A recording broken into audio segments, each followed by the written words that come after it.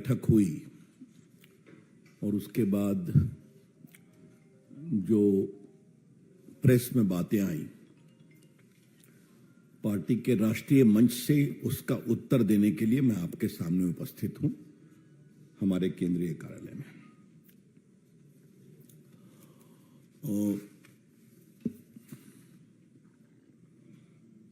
ये तीसरी बैठक थी। पटना, बेंगलोर, मुंबई, इस पूरे बैठक में तीसरी बार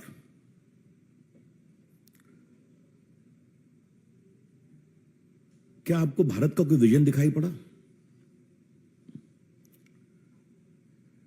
क्या गरीबों के कल्याण के लिए कोई प्रामाणिक विकल्प सामने आया?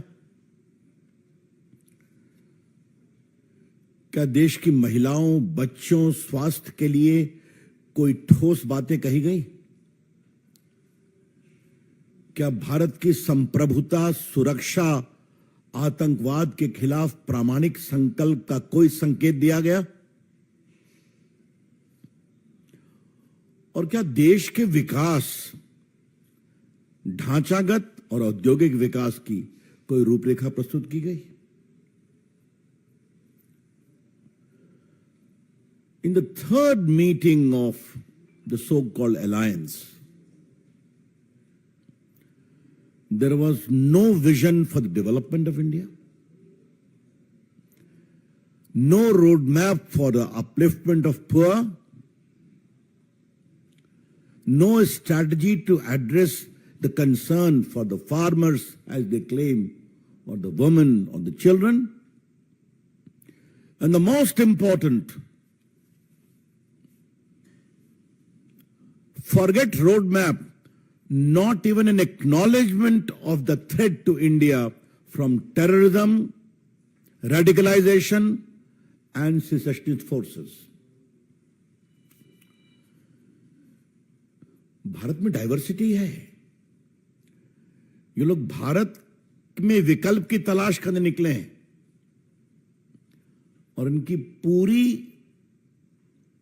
कोशिश सिर्फ एक है, नरेंद्र मोदी जी को मन भर गाली पढ़ो।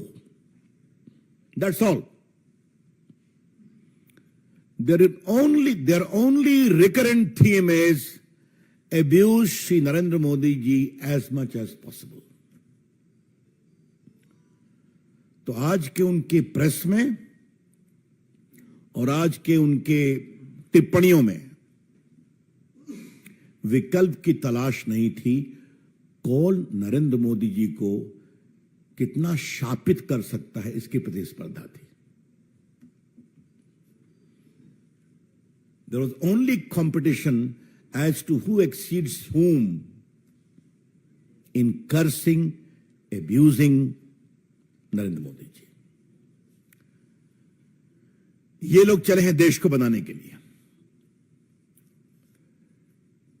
ये आरोप लगाते हैं कि नरेंद्र मोदी जी स्वयं और उनकी सरकार अधिनायकवादी है, सवालों का जवाब नहीं देती, संविधान के अनुसार नहीं चलती। मैं आप पत्रकार मित्रों से आज एक बात कहना चाहता हूं, यह तीसरी बार हुआ है कि नेता बैठे हैं, कोई पत्रकारों के प्रश्नों का जवाब नहीं दिया गया। आई एम रिपीटिंग, पटना में एक दो सवाल हुआ, फिर नीतीश जी ने कहा हो गया। बेंगलुरु में कहा गया समय नहीं है, और मुंबई में आपने देखा। तो आप सवालों का जवाब नहीं देंगे, प्रेस कॉन्फ्रेंस करेंगे, कैसी ऑर्गेनाइज हुई छोड़िए, उसको मुझे कुछ नहीं कहना, लेकिन आरोप हम पर लगाएंगे। ये कौन सा आचरण है भाई? लेकिन आज मुझे सबसे कौतूहल हुआ है, जो तथाकथित इंडिया का रेजोल्यूशन जो है,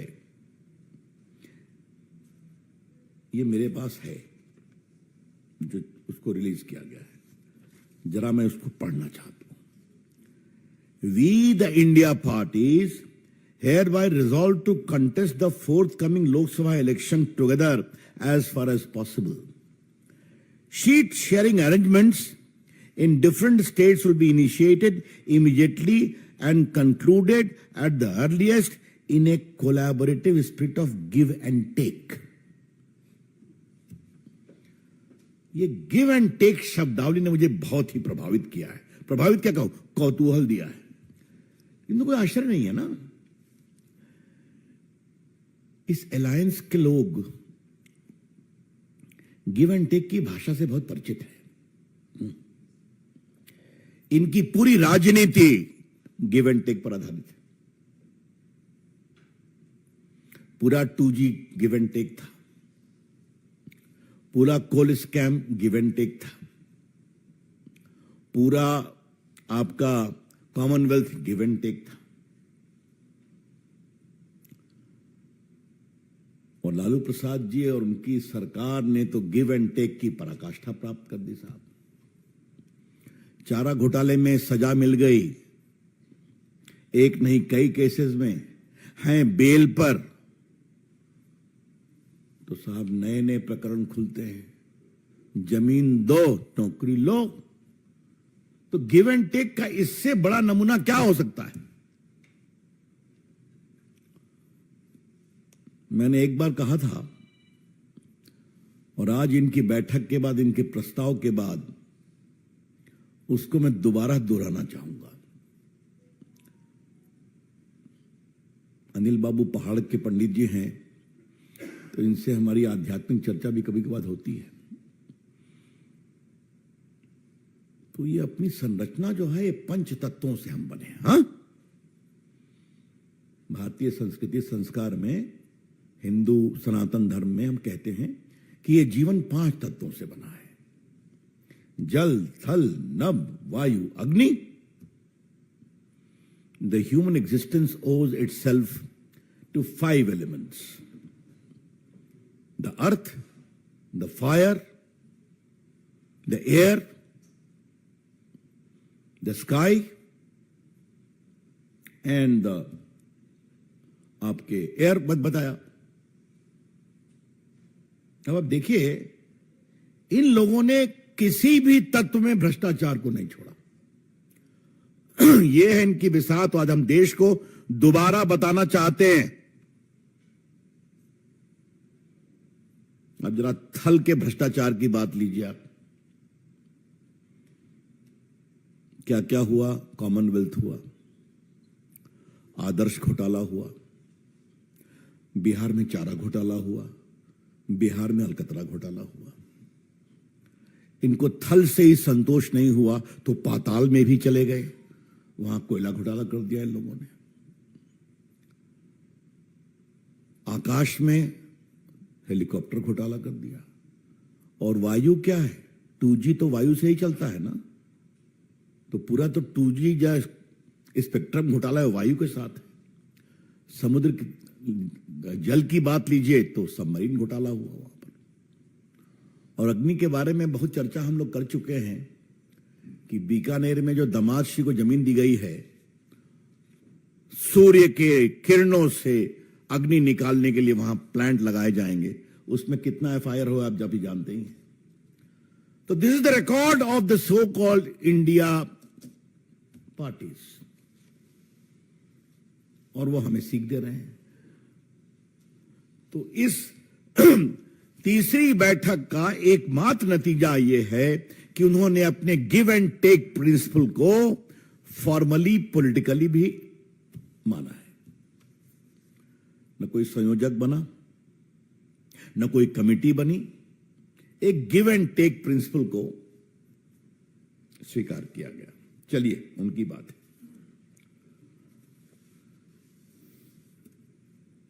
हम एक बात जरूर कहना चाहते हैं. लेटेस्ट सर्वे में नरेंद्र मोदी जी की लोकप्रियता प्यू सर्वे में आपने देखी है, दुनिया में भी देखी है, भारत में भी देखी है. ये कैसे शब्दों का प्रयोग करते हैं. लालू प्रसाद जी, राहुल गांधी.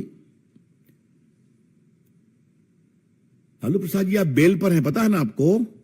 हाँ, इससे अधिक मैं नहीं बोलूंगा. और आप प्रधानमंत्री के बारे में क्या क्या कहते हैं, इतनी शर्मिंदगी भरी बात तो मैं बोल नहीं सकता। आप सभी जानते हैं क्या शब्दों का प्रयोग कर रहे हैं, क्या दबा देंगे उनका, मुझे बताने की जरूरत नहीं है।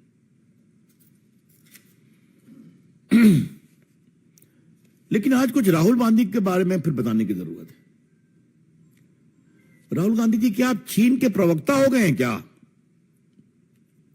और यह बात हम बड़ी जिम्मेवारी के साथ बोलना चाहते हैं। Mister Rahul Gandhi, have you become the spokes person of the Chinese establishment? और यह बात मैं बहुत जिम्मेवारी से कहना चाहता हूं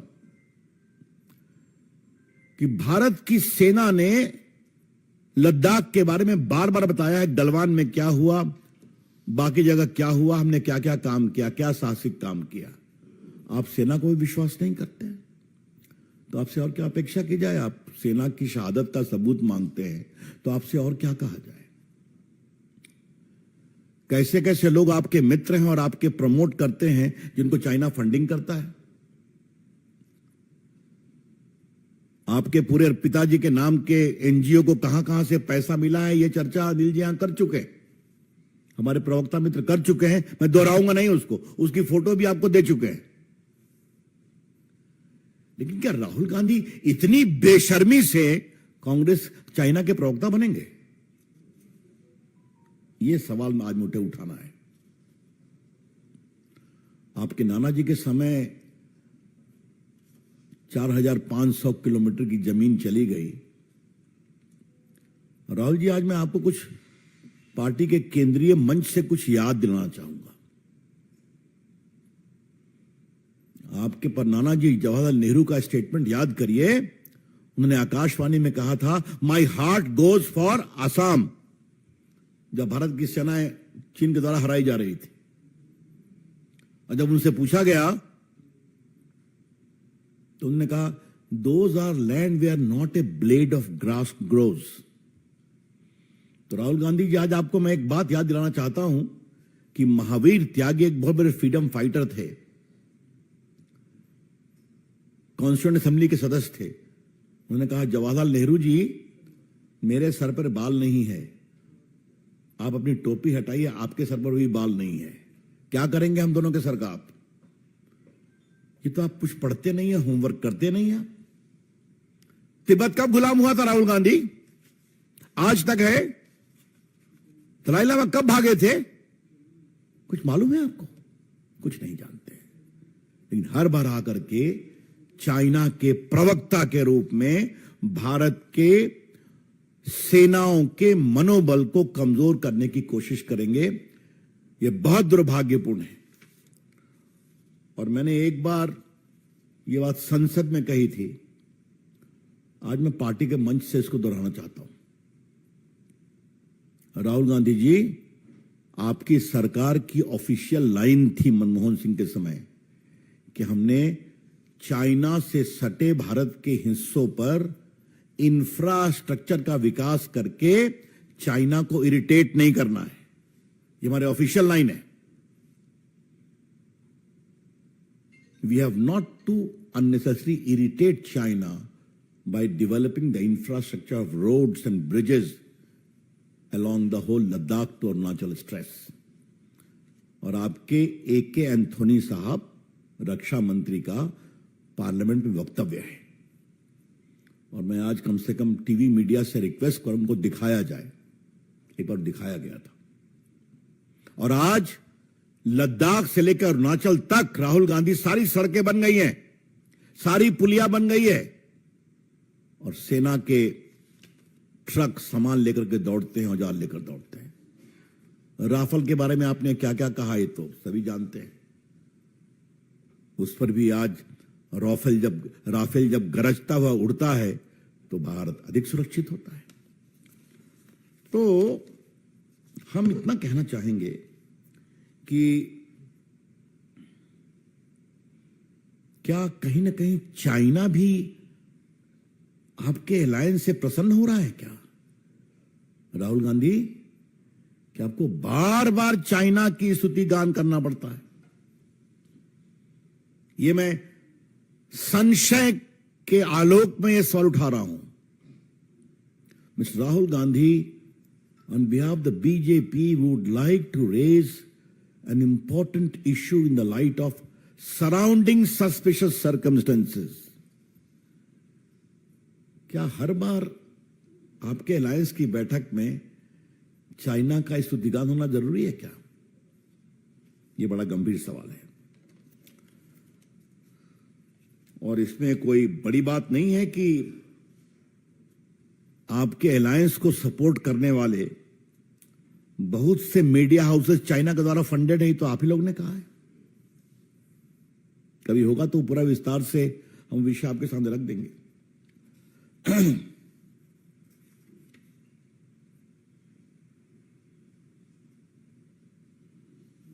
आज पार्टी की ओर से हमें एक और बहुत गंभीर सवाल उठाना है। यह इस देश की जनता को तय करना है, क्या वो ऐसी पार्टी और ऐसे नेता को चुनेगी जो भारत के विकास, गरीबों के विकास और भारत की रक्षा के प्रति प्रतिबद्ध हो, कमिटेड हो, या ऐसे अलायंस को चुनेगी जहां हर चीज के दाम लगते हैं। ये है बड़े सवाल और इसमें भारत की सुरक्षा का भी बहुत बड़ा सवाल है। और मुझे ये बात जरूर कहनी है कि जिस तरीके से विकल्प का अभाव, ये बात चूंकि यहां से कही गई है शायद कल परसों में, मैं उसको दोहराऊंगा। उनके अलायंस में न नीति है, न नीयत है, न कार्यक्रम है, न भारत के विकल्प और भविष्य की रूपरेखा है। न नीति, न नीयत, न कार्यक्रम, न विकल्प की रूपरेखा। और उस अलायंस के लोगों को समझना पड़ेगा कि नरेंद्र मोदी की सरकार क्यों लोकप्रिय है। इसलिए कि 50 करोड़ लोगों के अकाउंट खुले, इसलिए 27 लाख करोड़ रुपए भेजे गए हैं, लाखों करोड़ रुपए बचे हैं उनके अकाउंट में डायरेक्ट बेनिफिट ट्रांसफर में। इसलिए कि भारत आज दुनिया की डिजिटल पावर बन गया है, इसलिए कि भारत दुनिया की स्पेस पावर बना, इसलिए कि 11 करोड़ किसानों के अकाउंट में एक बटन दबाते ही 1 लाख करोड़ रुपए जा रहे हैं। इतनी सड़कें बन रही हैं। आज भारत में बना हुआ वेपन आज दुनिया में जा रहा है। आज भारत ने अपने एक्सपोर्ट को आगे बढ़ाया है, मोबाइल मैन्युफैक्चरिंग से लेके इलेक्ट्रॉनिक मैन्युफैक्चरिंग में। इससे आपको परेशानी है? आज भारत के खिलाड़ी दुनिया में क्या नाम कर रहे हैं, इससे आपको परेशानी है? कृपया करके आपके अलायंस के लोग देश का मनोबल न तोड़े। राजनीति होती है, होती रहेगी, लेकिन मोदी विरोध के कारण आप देश का विरोध करने लगे, देश की संकल्प को कमजोर करने लगे, यह बहुत पीड़ादायक है। मित्रों,